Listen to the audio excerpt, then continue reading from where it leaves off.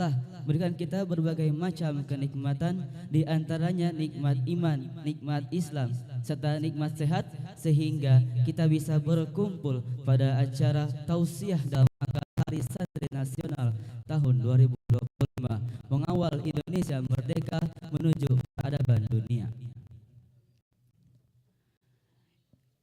Izinkan saya selaku MC untuk membacakan susunan acara pada pagi hari ini. Yang pertama pembukaan, yang kedua pembacaan ayat suci Al-Quran, yang ketiga intisab, yang keempat sambutan, yang kelima acara tausiah, dan yang keenam doa, dan yang terakhir kepentutan.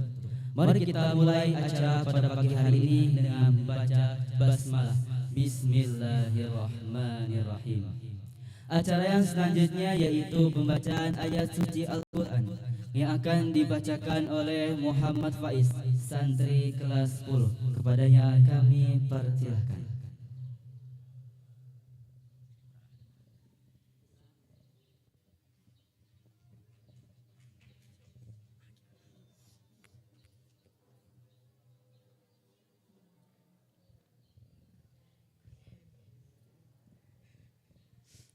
Assalamualaikum warahmatullahi wabarakatuh.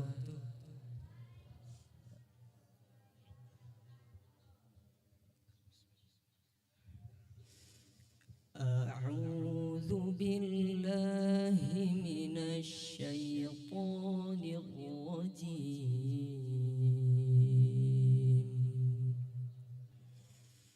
Bismillahirrahmanirrahim.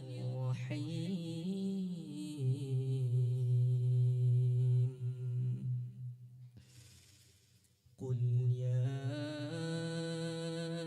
ayyuhal kafirun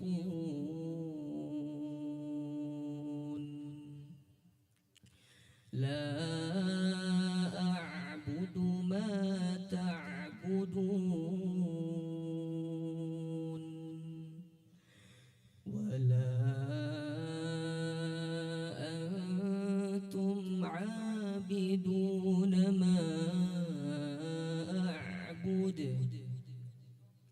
wala ana 'abidun ma 'abadtum wala antum 'abiduna ma a'bud lakum dinukum waliyadin. Sadaqallahul azim. Syukran. Wassalamualaikum warahmatullahi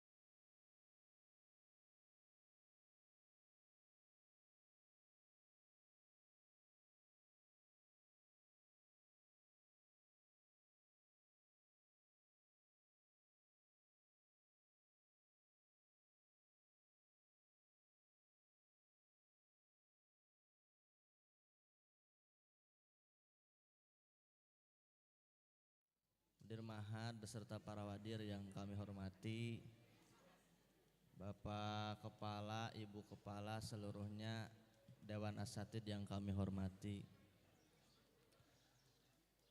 anak-anakku sekalian yang dibanggakan. Momentum hari ini, pada pagi hari ini, yang utama adalah kita niat thalabul ilmi ya. Kemudian niat juga silaturahmi, berniat juga menjunjung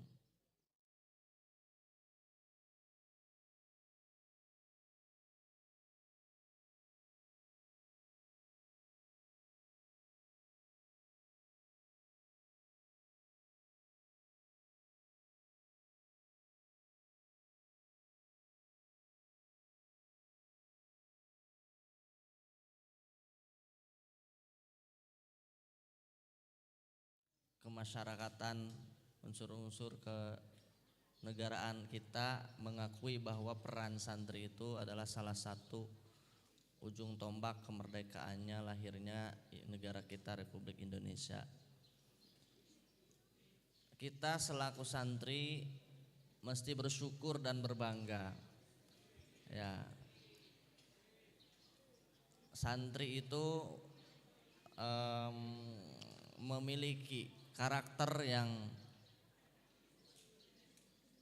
tangguh ya, disiplin terhadap ilmu, juga berakhlakul karimah, beradab, beretika. Nah, ini salah satu identitas kita selaku santri. Adab kita terhadap orang tua, terhadap guru, terhadap sesama. Di sisi lain juga tekun dalam belajar. Ya, ini mohon para santri untuk benar-benar, karena kita sudah dinobatkan sebagai santri dan sampai kapanpun akan menjadi santri, bukan santri santer ka istri, bukan. Ya, santri memang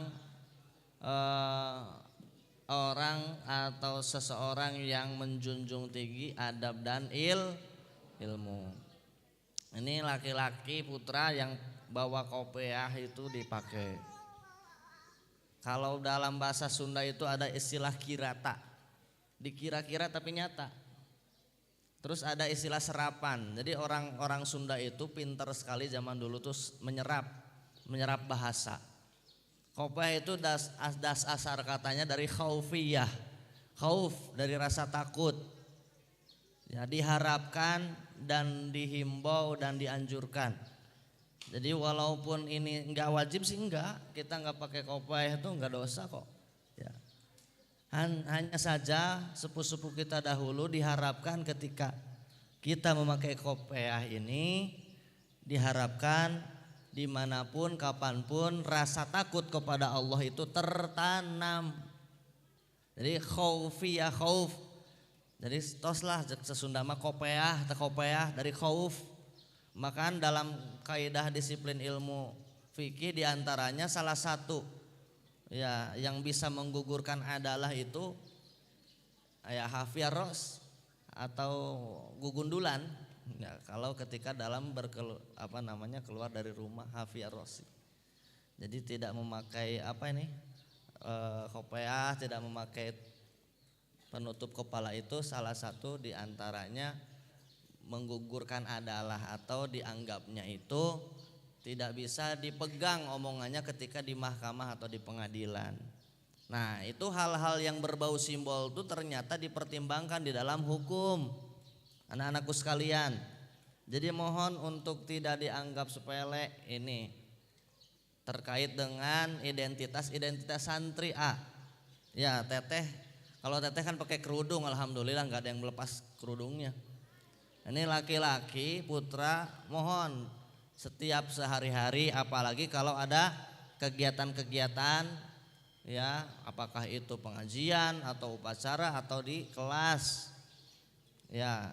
Ke rumah rambut nate kadang-kadang aya nu acak-acakan, ya ditutup ku kopiah. Pahim tum? Mau dilaksanakan? Nah, seur ketombe apa kumaha tadi kopiah teh?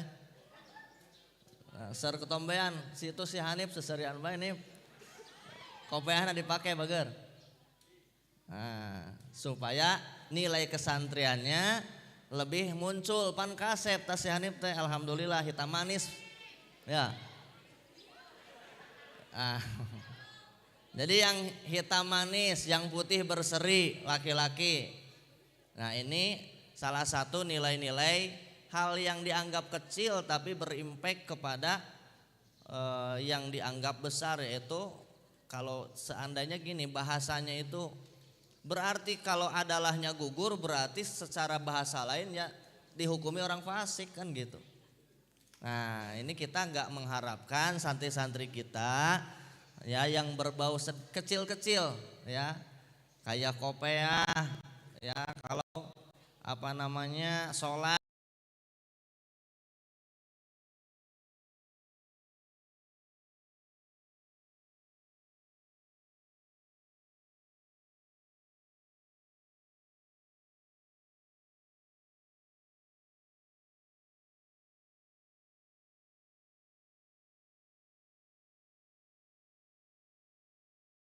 kita diakui oleh pemerintahan Republik Indonesia sebagai orang-orang yang memang berjuang dari kesantriannya untuk kemerdekaan Republik Indonesia.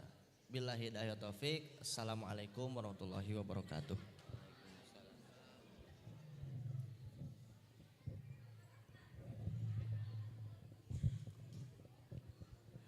Terima kasih kepada Bapak pada pagi hari ini. Para hadirin sekalian, dalam Quran Surah Al-Mujadalah ayat 11 telah diterangkan bahwasanya kita harus mencari ilmu karena Allah akan mengangkat derajat kita. Oleh karenanya, mari kita sama-sama menyimak tausiah dari Bapak Ustadz Iksan Syah Gunawan. Kepadanya kami persilahkan.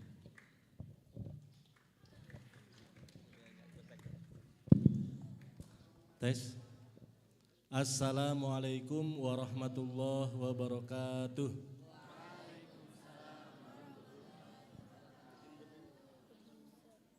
Sambil berdirilah biar kelihatan ini.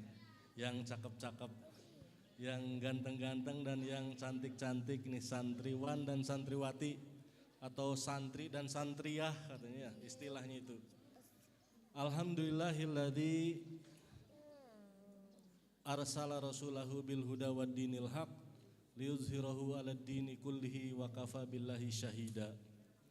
Amma ba'du, akhinal karim, para kepala sekolah, kepala madrasah dari RA sampai SMA yang saya hormati, para wadir yang saya hormati,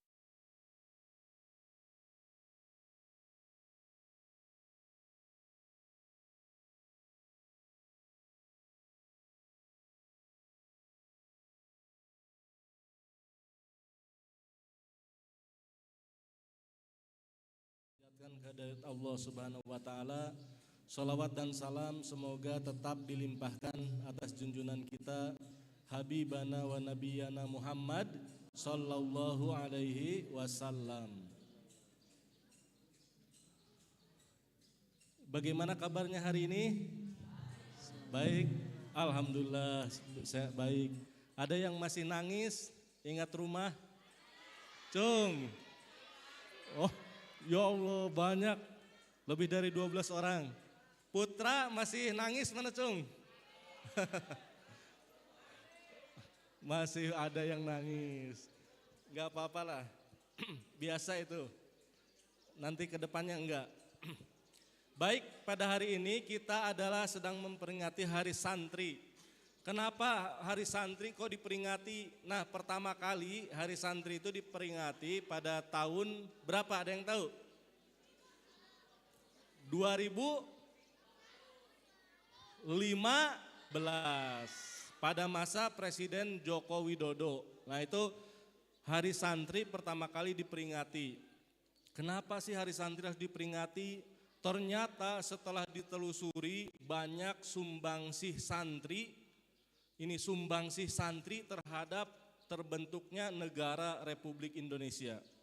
Jadi sebelum 45 negara Indonesia itu baru lahir 1945, NKRI itu ya. Sebelumnya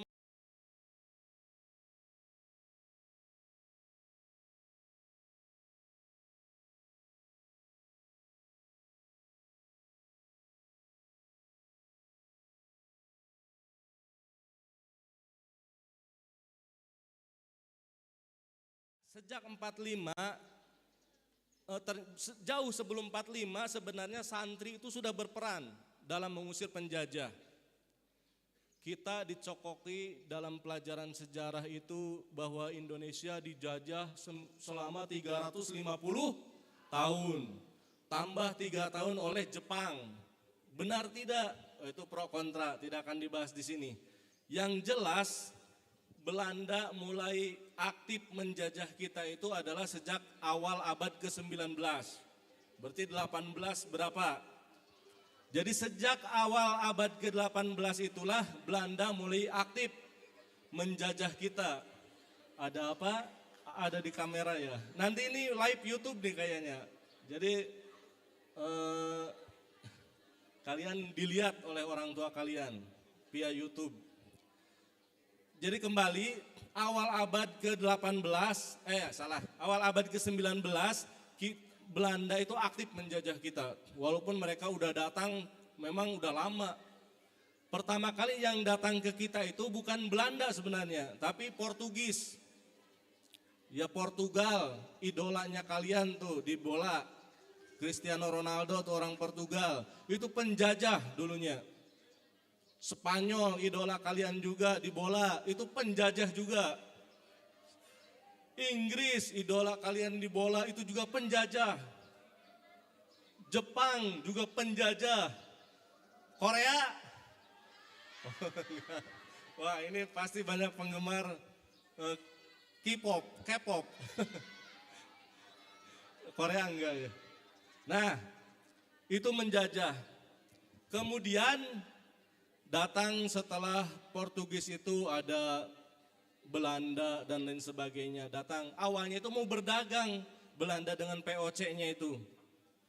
Mau berdagang, tertarik dengan rempah-rempah yang ada di Nusantara, di kita, di tanah air. Lama-kelamaan ingin menguasai, singkat cerita dijajah. Nah perlawanan santri itu sudah mulai sejak ahli torekat di Banten itu mulai mau mengusir penjajah yang ada di Sunda Kelapa. Kemudian ada lagi di Aceh. Aceh itu tidak pernah ditaklukkan Belanda secara utuh. Ada Cut Nyadin dan lain sebagainya. Itu santri Tengku Umar itu. Cut Nyadin santriwati. Perang Jawa 1875 sampai 1880 di Yogyakarta, Pangeran Diponegoro itu santri mau mengusir penjajah. Dia harusnya jadi raja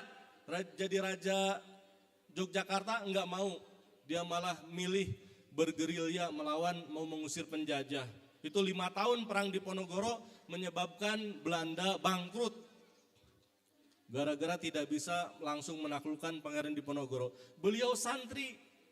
Nyantrina di mana Pak Pangeran Diponegoro? Beliau santrinya atau muridnya Kiai Haji Hasan Besari di Tegalsari Ponorogo. Ada Ustadz Andre di sini? Oh ada, itu Ustadz Andre. Ustadz Andre ya.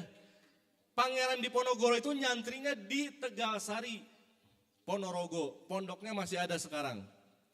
Alhamdulillah Bapak udah pernah kesana sama Ustadz Lili. Oh ini dulu mondok. Waktu nikahan siapa tuh? Ustadzah dari sini.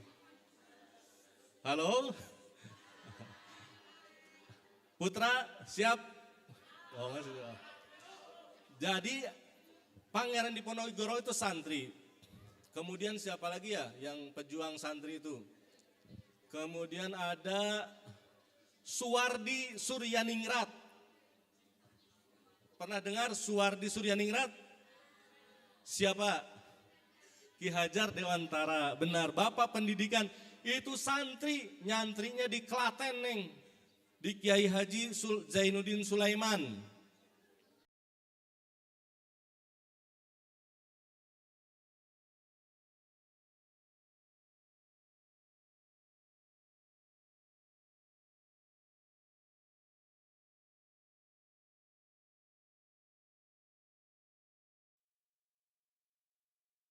memberi teladan. Nah KPSA nih di depan, kasih teladan ke adik-adiknya. Jangan KPSA-nya masih tidur waktu subuh, adik-adiknya udah pada bangun. KPSA-nya telat datang ngaji, adik-adiknya udah siap 15 menit sebelum mulai pengajian. Jadi kasih teladan. Ing madyo mangun karso, di tengah membuat ide, gagasan, karsa, ide-ide. Tuturi handayani, di belakang apa? Menjadi pendorong atau mengikuti. Nah itu yang buat santri sumbangsihnya terhadap NKRI.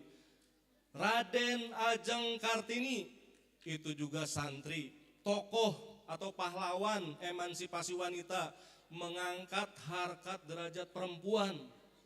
Dia orang Jepara ya, beliau orang Jepara. Raden Ajeng Kartini santri beliau, ngajinya ke ulama terkenal, ulama besar di Jawa Tengah, di Semarang, yaitu Syekh Soleh Darat As-Samarani. Alhamdulillah udah ziarah ke sana dengan Ustadz Lili ke Semarang ya, di makam Bergota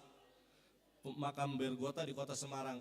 Itu beliau Raden Ajeng Kartini belajar tafsir, belajar Al-Quran, sampai usul ke gurunya supaya ya guruku buatlah tafsir Al-Quran atau terjemahan Al-Quran versi bahasa Jawa, biar para perempuan ini bisa belajar. Karena waktu itu pendidikan itu kan khusus untuk orang-orang elit.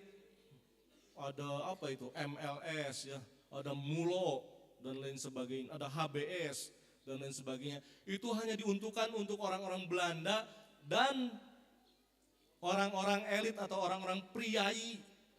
Bahasa Jawanya itu priai, orang-orang ningrat. Nah, orang-orang inlander, orang-orang pribumi, cacah kuricah yang tidak punya apa-apa, miskin, maka itu tidak berhak mendapat pendidikan. Maka di sanalah pesantren hadir, alumni-alumni pesantren yang dari Timur Tengah seperti Mbah Kiai Haji Abdul Manan, Mbah Kiai Haji Abdul Halim. Jadi kalau ke Indramayu nih kalian ada Islamic Center, itu namanya Islamic Center apa orang Indramayu? Orang Indramayu cung. Islamic Center di Indramayu namanya apa? Hah? Wah nggak tahu ini orang Indramayu. Islamic Center yang megah di Indramayu namanya Islamic Center Kiai Haji Abdul Manan. Coba tanya, itu siapa Kiai Haji Abdul Manan? Itu tokoh Indramayu yang dulu mondok pesantren di Timur Tengah. Jadi namanya diabadikan. Nah kesini sekilas aja ya. Kemudian datanglah 1945. Indonesia proklamasi merdeka. Pak, kenapa kan udah merdeka itu kok nongol lagi bulan September si penjajah itu? Karena kita belum 100% berdaulat merdeka 1945 itu 17 Agustus itu. Makanya penjajah itu naronghol lagi, datang lagi sekutu nikah Inggris dan Belanda itu ingin menjajah lagi. Karena kita belum penuh kedaulatannya. Nah di sanalah mulai sebelumnya Mbah Halim sudah berperan melawan penjajahan, mengusir Jepang dari Majalengka terus sampai ke Jawa Barat, ke sana ke barat, sampai beliau Mbah Halim itu menjadi pelatih tentara atau Hizbullah di Cibarusah di Jawa Barat.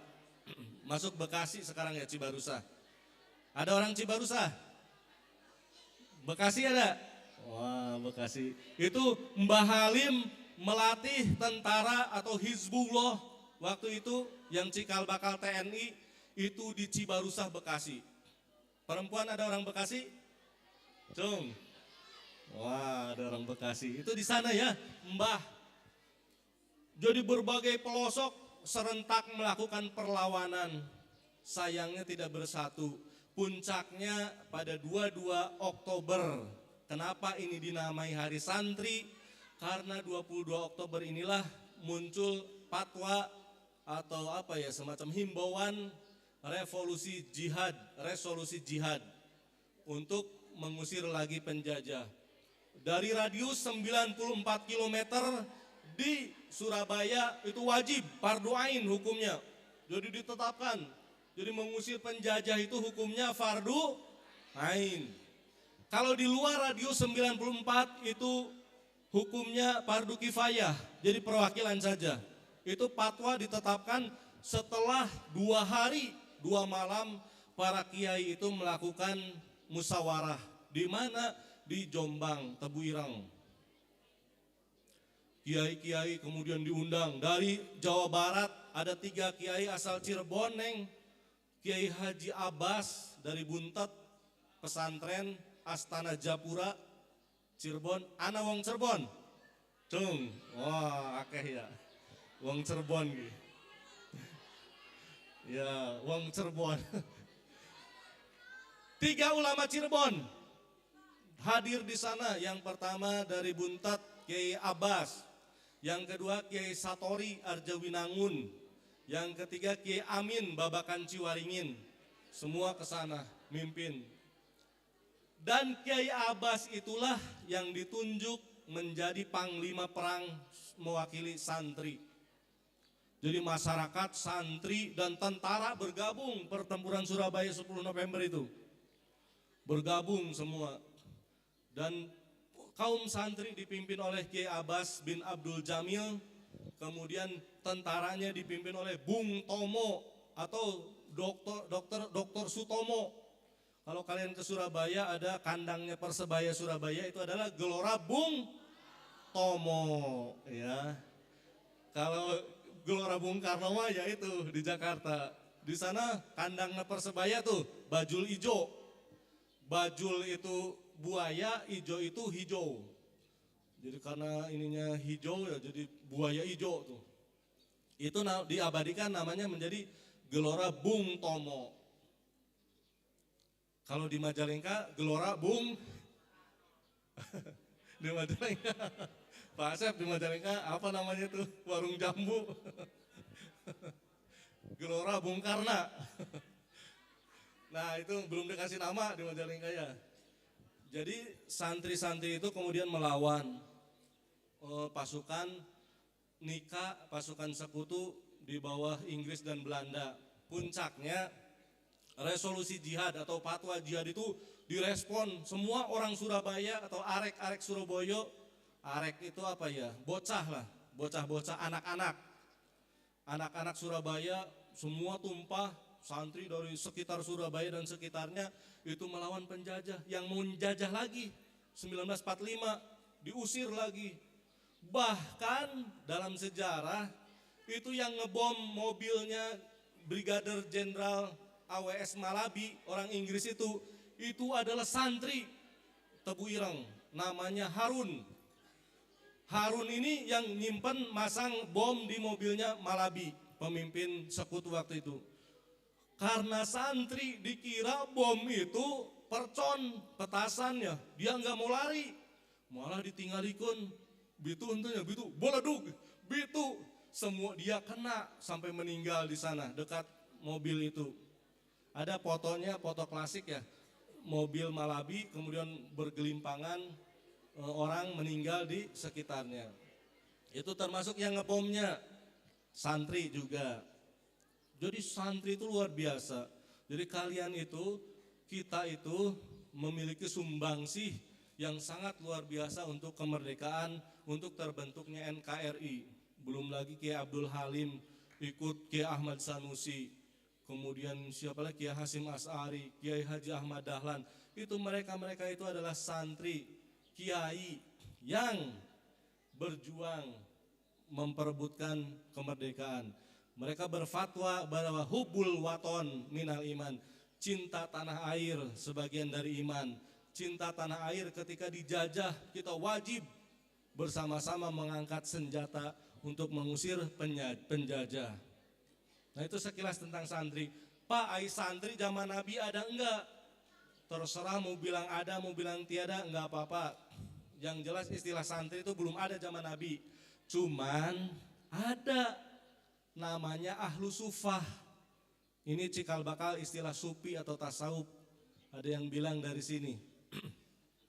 Zaman Nabi itu ketika membangun Masjid Nabawi, di bagian belakang Masjid Nabawi Nabi ngasih mulai nama papayon lah, sebesar ini nih. Di sanalah sekitar 60 sampai 80 orang sahabat muhajirin dan ansor yang tidak punya rumah, yang miskin, yang tidak punya apa-apa harta benda, tinggal di belakang Masjid Nabawi itu, yang dinamai ahlu sufah. Mereka tidak pulang ke rumah dan nggak punya rumah. Mereka tidak pulang ke saudaranya, ke istrinya dan nggak punya istri, nggak punya saudara. Nah, kemudian mereka makannya dari mana? Mereka itu gantian dikasih makan oleh Nabi, oleh Abu Bakar Siddiq, oleh Utsman bin Affan, Abdurrahman bin Auf, yang gantian lah orang-orang kaya yang ngasih makan mereka. Itu ahlu sufah. Dan mereka kerjaannya apa? Kerjaannya di samping tidur juga sholat ibadah di Masjid Nabawi dan ngaji kepada Rasulullah di majelis Rasulullah. Nah itu juga ada yang bilang, oh itu cikal bakal santri itu sebenarnya sudah ada dari zaman awal Islam. Walaupun istilahnya ahlu sufah ya. Siapa saja di antaranya, ada Abu Hurairah, kemudian ada siapa itu Abu Dzar Al-Ghifari, ada Hudzaifah bin Yaman yang tinggal di sana tuh, yang ahlu sufah. Dan akhir-akhir sampai masa Khalifah Umar bin Khattab, ahlu sufah itu meningkat jumlahnya sampai 200 orang. Jadi tinggal di serambi Masjid Nabawi. Maka kenapa masjid itu tidak dikunci 24 jam? Kalau dikunci 24 jam tuh kebangetan pengurusnya ya. Biarin, ada musafir yang lewat ikut tidur, nggak apa-apa, buka. Cuman resikonya Ustaz Arif, kencelengnya ada yang maling, ada yang bobol paling, itu resiko. Jadi terbuka 24 jam dulu Masjid Nabawi itu. Oh dapat docan ayah kunci zaman baheula, ya terserah lah komentarnya seperti apa. Yang jelas itu dibagi-bagi. 24 jam full buka untuk umat. Nah sekarang kalian sedang menjadi santri. Jadi Pak, berarti santri itu yang mondok aja? Tidak. Tidak semua santri itu harus mondok. Ada orang tidak mondok tapi akhlaknya seperti santri, ya dia tetap santri. Nah di Indonesia yang pertama kali mendirikan pesantren siapa? Data menunjukkan adalah Sunan Ampel. Beliau abad ke-15, Sunan Ampel di Surabaya itu mendirikan pesantren namanya Ampel Denta di sana. Santri-santrinya, di antara santri Sunan Ampel itu ada yang namanya Mbah Soleh, yang 9 kali meninggal hidup lagi. Makamnya ada di pinggir Sunan Ampel, Masjid Ampel. Ada makam 9 tuh berjejer. Itu santri Sunan Ampel generasi awal. Ada lagi Mbah Bolong, yang ketika membangun masjid cuma dikasih lingkaran temboknya langsung kelihatan ada Ka'bah. Wah ini karomah ngeri ya, karomah santri dulu itu ngeri luar biasa. Kalau santri sekarang udah derobos. Santri sekarang tuh kebanyakan bikin proposal loh. Jadi doanya kurang manjur nih. Santri-santri dulu ngeri tuh, santri Sunan Ampel ya awal-awal. Itu tembok hanya dilingkari sama pensil, kelihatan Ka'bah. Itu Ka'bah. Jadi jaraknya, jadi kita udah ngiblat nih. Oh seperti itu nih. Ada yang 9 kali meninggal. Kerjaannya apa? Tukang bersih-bersih di masjid, di pesantren. Meninggal. Pas itu masjid pesantren bala lagi, bersih, hidup lagi itu Mbah Soleh. Kalau kalian ke Surabaya, di pinggir Masjid Ampel itu ada 9 makam, sama itu. Nisannya sama, ukurannya sama, itu Mbah Soleh, santrinya Sunan Ampel. Terus ke sini, kemudian Sunan Giri mendirikan, kemudian ini Sunan Kudus mendirikan, Sunan Kalijaga, dan sampai saat ini kita mendirikan pesantren. Jadi pesantren itu sebelum kemerdekaan itu sudah ada. Jangan terlalu jauh. Pondok kita saja Santi Asromo itu sudah ada sebelum kemerdekaan. 1932 Mbah Halim sudah mendirikan ini. Kan belum merdeka itu. Merdeka itu 1945. Jadi sudah ada kontribusinya. Bahkan janji Pak Presiden, Pak Wadir, setelah 3 tahun masa pemerintahannya, berarti tahun keempat ya. Mudah-mudahan iya. Beliau Presiden Prabowo itu mengatakan santri juga akan mendapat MBG katanya, makan gratis, bergizi gratis. Sekarang baru sekolah. Wah, kita mah sudah MBG. Nanti gimana? Nggak tahu, itu cita-cita presiden ya. Jadi setelah 3 tahun santri yang di pesantren juga akan kasih MBG. Tidak hanya di sekolah. Pak, kita mau belum menang MBG-nya juga. Iya, asrama belum dapat. Yang di kota-kota sudah. Pasirayu juga sama belum. Yang di pesisian belum nyampe MBG. Padahal udah setahun, mau setahun pemerintahan Pak Prabowo. Bertahap ya, sabarlah. Nanti dapat MBG itu. Nanti ada kalian makan hamburger tuh di MBG. Hamburger terus apa itu? Buah-buahan, minum susu, ya ada susu kotak. Itu dari MBG. Nah, yang terpenting adalah sekarang kalian itu sudah jadi santri. Udahlah, itu masa lalu. Itu hanya nengok aja, lihat. Nah, yang terpenting adalah sekarang jadi santri itu siapa? Santri itu apa yang mondok saja? Yang enggak mondok tidak jadi santri. Menurut Sunan Kalijaga, apa itu? Indikator santri itu ada 4. Yang pertama, kalau menurut Humas Asromo nambah malah ya tadi. Yang pertama, santri itu sabikul khairat. Orang-orang yang senang berlomba dalam kebaikan. Apa contohnya kebaikan? Santri menghafal Al-Quran, berlomba-lomba menghafal Al-Quran, bermusabakoh dengan temannya. Waduh, teman saya sudah 5 juz, masa saya nggak bisa? Waduh, teman saya ini sudah ngaji ke UD Jurmiyah, udah hafal setengahnya. Al-kalamu huwa lafdul murakabul mufidu bil wadi walsan musal wasun ismu wasun ja'alimana pal ismu yurabu dan lain-lain. Udah hafal setengahnya Jurmiyah. Oh, teman saya udah hafal tasipan nasor.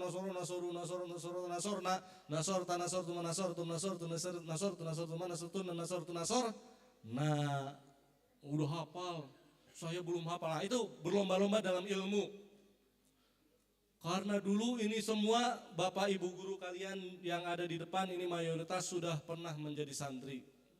Bukan sudah pernah, jadi santri. Karena nyantri rata-rata. Ngapalin jam 1, bahkan UD itu mutolaahnya luar biasa. Jam 1 bangun sampai jam subuh, sampai subuh mutolaah itu. Kalau kita jam 1 bangun ke air, ngadon, kencing, habis itu tidur lagi. Habis itu tidur lagi, tidur sholat malam. Pak, kena tidak tunduh di sekolahnya, udah dimaklum lah. Kalau Bapak sih maklum, kalau kalian di sekolah ngajar anak MTS tuh, kamu habis dari mata malamnya? Habis ngaderes Pak, belajar dari jam 1 sampai subuh nggak tidur lagi. Jadi tidurnya di sekolah. Ya udah kamu tidur aja, gak usah belajar. Kan belajarnya sudah tadi malam. Jadi seperti itu. Tapi jangan jadikan itu alibi atau alasan ya. Udah ini malam ngantuk. Nah, santri itu harus disiplin. Benar tadi kata Pak Wadir. Disiplin waktu, disiplin ilmu dalam mencari ilmu, dan disiplin segalanya. Bersih-bersih itu jangan dikira tidak ibadah kalian.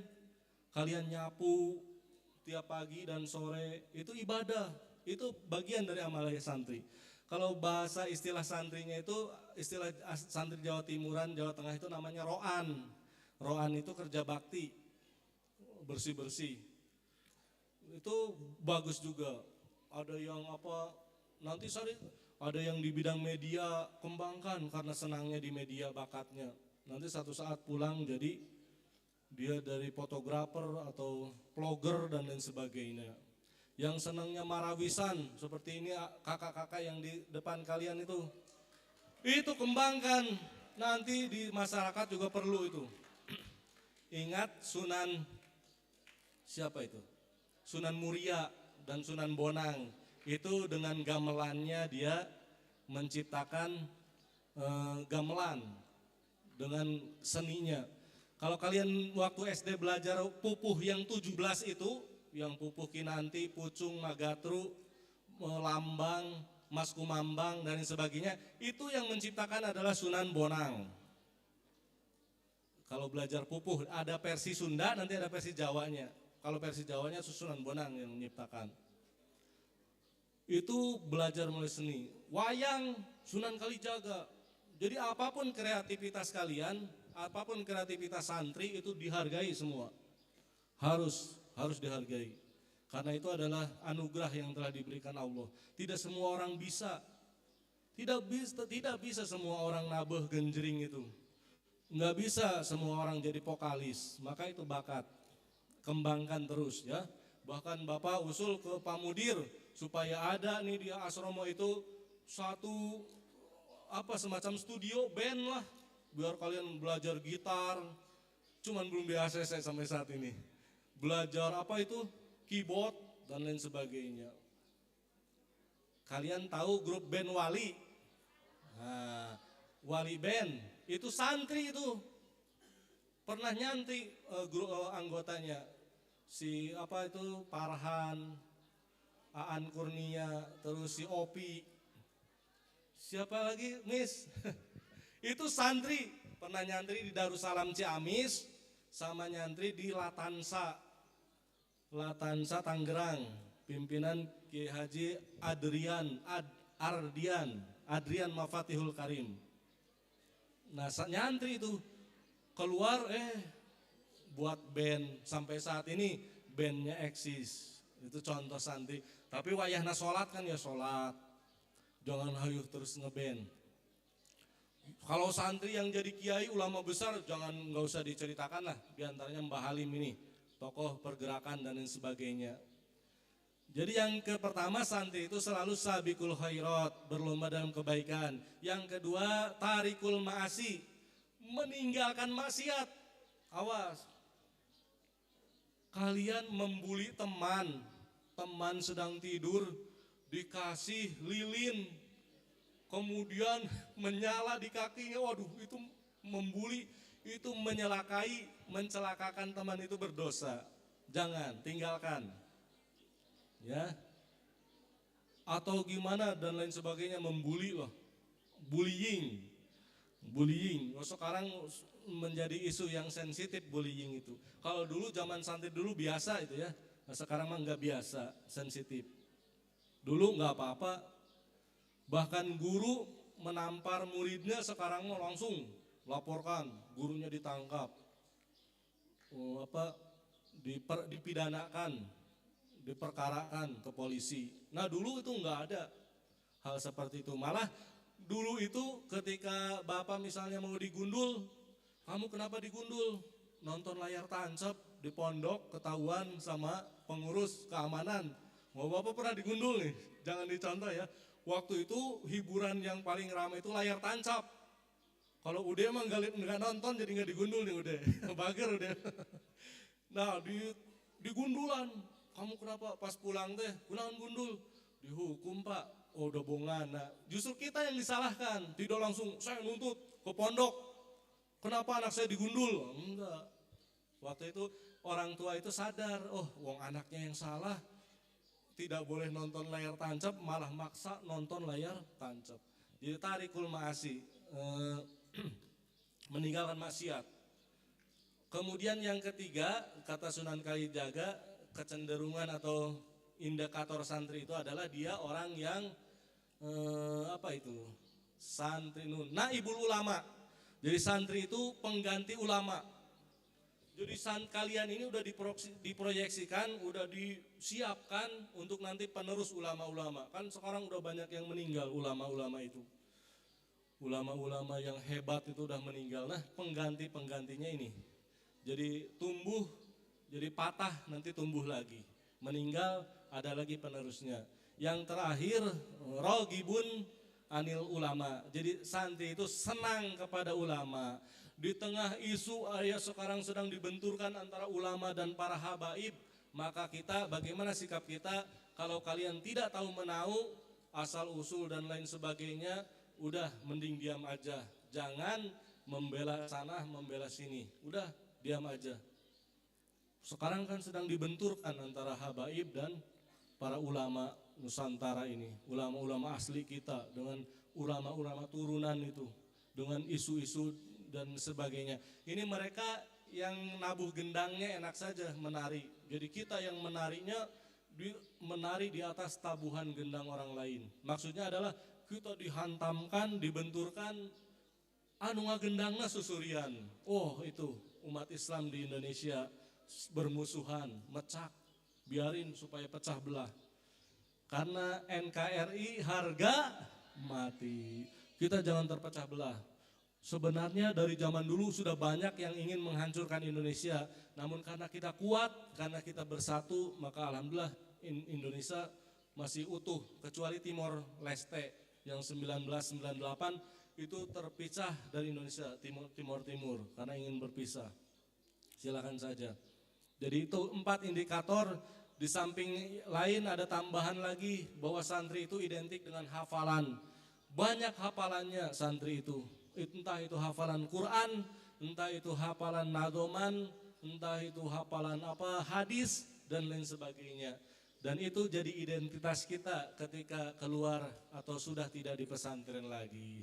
Demikian apa yang Bapak sampaikan pada kesempatan kali ini dalam rangka Hari Santri 22 Oktober 2025. Selamat Hari Santri.